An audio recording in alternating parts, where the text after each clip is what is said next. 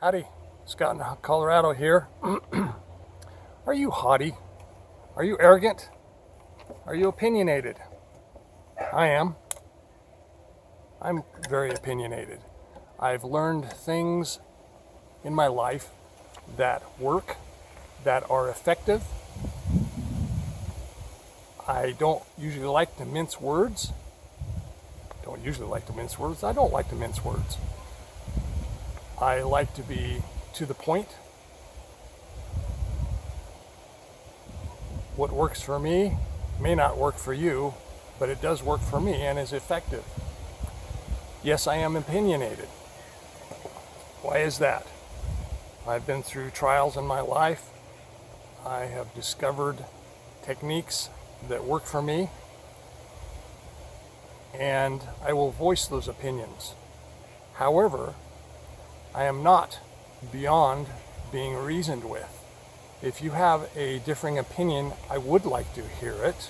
I would like to find out what works for you and why it works for you.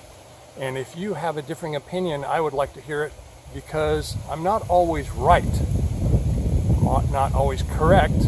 I may have made a wrong assumption based on a past experience. Because of that, and because of my opinion, you may not want to voice your opinion because you don't want to be hurt or feel that your opinion is less than mine. However, I would like to hear that opinion and why you have a differing opinion, because I have changed my mind in the past. My father had a doctorate. He had a PhD in physics. And he used to tell me, maybe I've expressed this before, he would talk about education in colleges and so forth. And he would say, Scott, you know what a BS stands for? And I say, yeah, Bachelor of Science. He said, no, I know it stands for BS. You know what that means? Bull. He said, well, you know what a master's degree, an MS stands for? And I said, well, not anymore. He says, well, it stands for more of the same. He says, you know what a PhD stands for? I said, no, what, Dad? He says, piled higher and deeper. Just because you know a little bit about one subject doesn't mean you know a lot about everything or everything about everything. You just started to crack and understand that one field of expertise. Just because you understand it a tiny bit and your understanding is starting to be enlarged does not mean that you know everything about everything. I know a little bit about a few things, and that's about it. Let's talk about arrogance for a minute. Let's talk about entitlement for a minute. I was born in the United States. Does that entitle me to privileges? Does it entitle me to happiness? Does it entitle me to free health care? Does that entitle me to free education? No, it doesn't. It doesn't entitle you to anything. Nothing. Declaration of Independence, the Constitution says all men are created equal. Well, equal before God. He's not a respecter of persons. But men are not created equal. Where there's two beings, one is going to be greater than the other in some capacity. He might be healthier than the other. He might be stronger. He might be smarter. He might be a better artist. He might be a better sculptor. He might be better languages. Men are not created equal at all. One might be richer, the other one might be poor. To take society and say, okay, we're going to all make you equal, all right, is to destroy ambition. Ambition is good if you want to improve your lot, if you want to improve yourself, if you want to improve your mind. We can't be all equal. It does destroy ambition.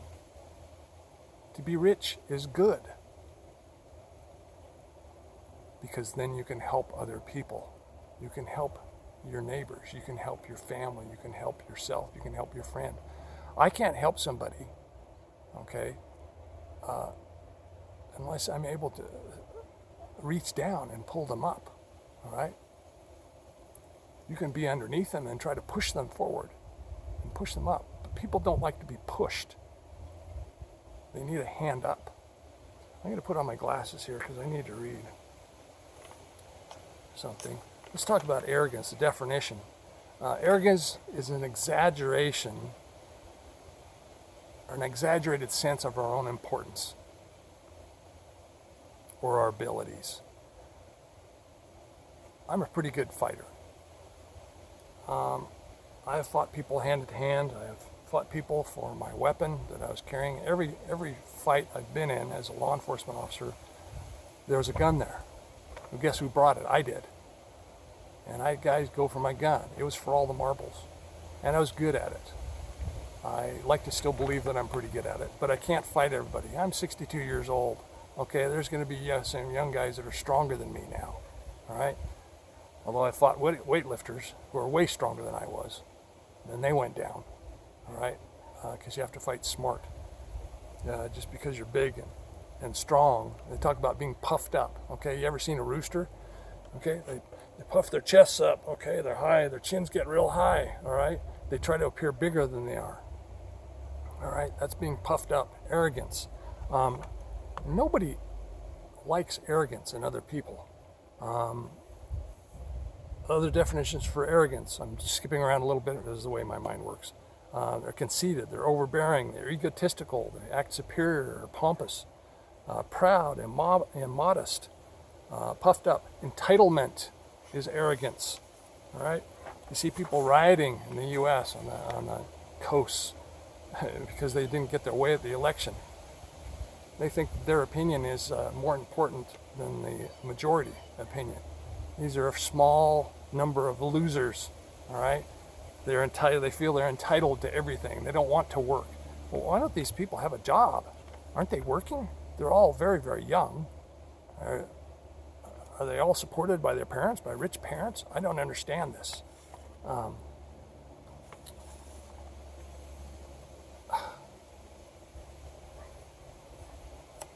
The individual, I want to read you a quote by Friedrich Nietzsche. Nietzsche was a German who lived, when did he live? I wrote some notes here. 1844 to 1900. That's when Nietzsche was alive. He said the individual always has to keep from being overwhelmed by the tribe, by those who are popular, the group, all right? But no price is too high to pay for the privilege of owning yourself. Come up with your own opinions. Learn how to be a captain of your own soul. There's a poem called Invictus that really, this machismo frame of mind. Let me read it to you real quick. You've heard it before. Out of the night that covers me, black as the pit from pole to pole, I thank whatever gods may be for my unconquerable soul. In the fell clutch of circumstance, I have not winced nor cried aloud. Under the bludgeons of chance, my head is bloody, but not. My head is bloody, but unbowed. Beyond this place of wrath and tears looms but the horror of the shade, and yet the menace of the years finds and shall find me unafraid. It matters not how strait the gate, how charged with punishment the scroll. I am the master of my fate. I am the captain of my soul. It can be kind of inspiring, but it's a very dark poem. You do have to rely upon yourself in a lot of circumstances, but you have to understand that there is a higher power, all right?